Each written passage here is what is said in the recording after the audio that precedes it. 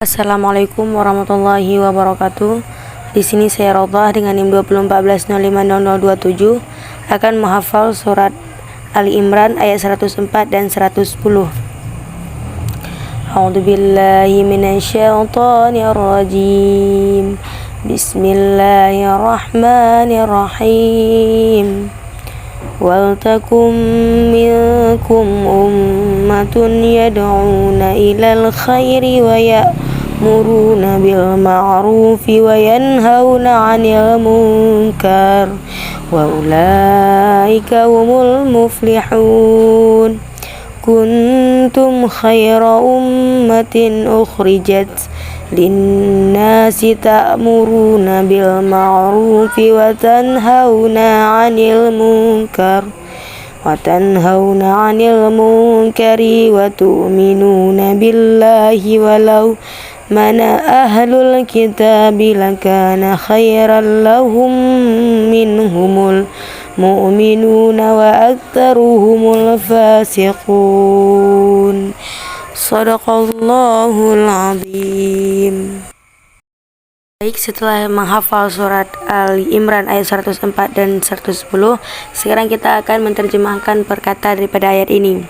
Wal takun, dan hendaklah ada, minkum, daripada kamu, ummatun, umat, yada'u, menyeru mereka menyuruh, ila, kepada khairi, kebaikan, wa ya'muruna, dan menyuruh, bil ma'rufi, kepada kebaikan, wa yanhauna, dan mencegah, anil, dari mungkarin, kemungkaran, dan ulaika, dan itulah mereka, humul muflihun, mereka itu orang-orang yang beruntung.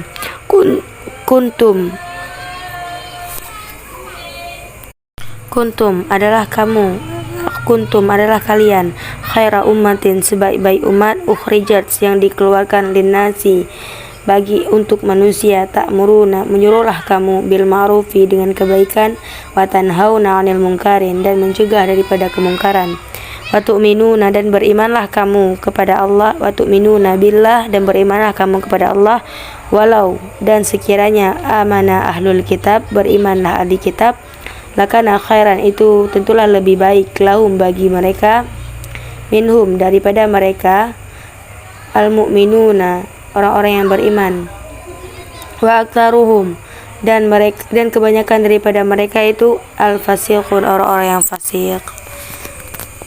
Setelah kita menerjemahkan surah Al-Imran ayat 104 dan 110, di sini kita akan menuju kepada tafsirannya. Di mana di sini kita mulai daripada tafsiran ayat yang 104, kita terjemahkan dulu yang secara penuhnya, di mana di sini hendaklah ada di antara kamu segolongan orang-orang yang menyuruh kepada kebajikan, menyuruh atau berbuat yang ma'ruf, dan mencegah dari yang mungkar. Mereka itulah orang-orang yang beruntung. Nah, di sini hendaklah di antara kita itu segolong umat itu menyuruh kepada kebajikan, menyuruh kepada yang ma'ruf, dan mencegah dari yang mungkar. Nah, inilah orang-orang yang beruntung.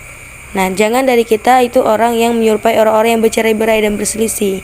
Sudah datang kepada kita itu keterangan yang jelas. Nah, jadi kita itulah orang-orang yang mendapat siksa yang berat jika kita itu berselisih pada hari di waktu ada itu muka yang menjadi putih berseri, ada pula yang muka itu menjadi hitam muram.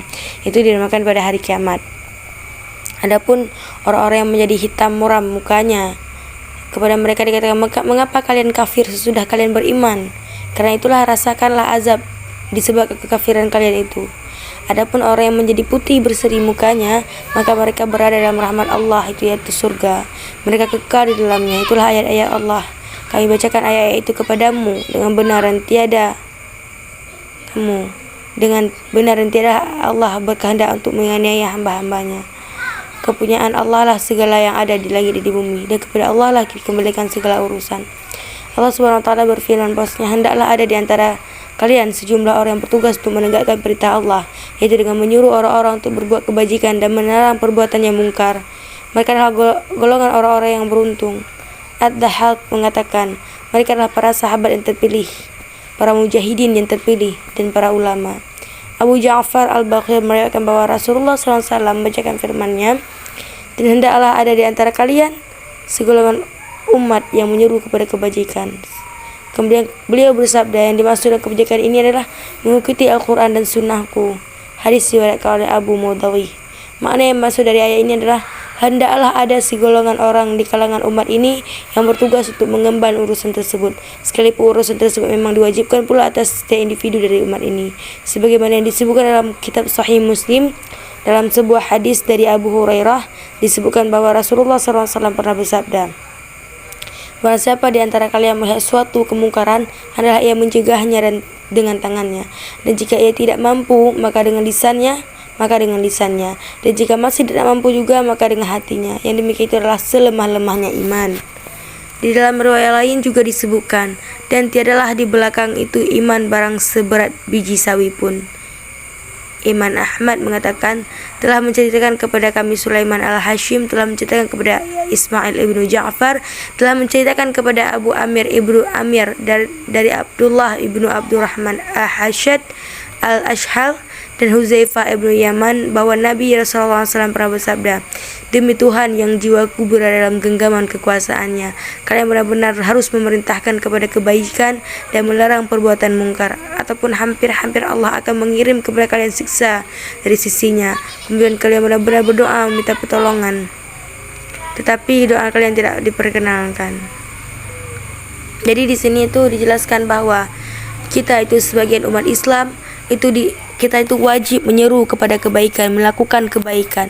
Kita wajib melakukan kebaikan, kita juga wajib menyuruh saudara-saudara kita, saudara dan saudari kita kepada kebaikan, seperti melakukan sholat, membayar zakat, melarang mereka itu murtad, kafir, dan mencuri dan sebagainya. Atas nama hal kebaikan itu kita lakukan segalanya, dan kita juga mengajak rekan-rekan muslim kita, muslimah kita kepada kebaikan, baik itu dari hal yang terkecil maupun dari hal yang terbesar, baik hal itu wajib maupun sunnah.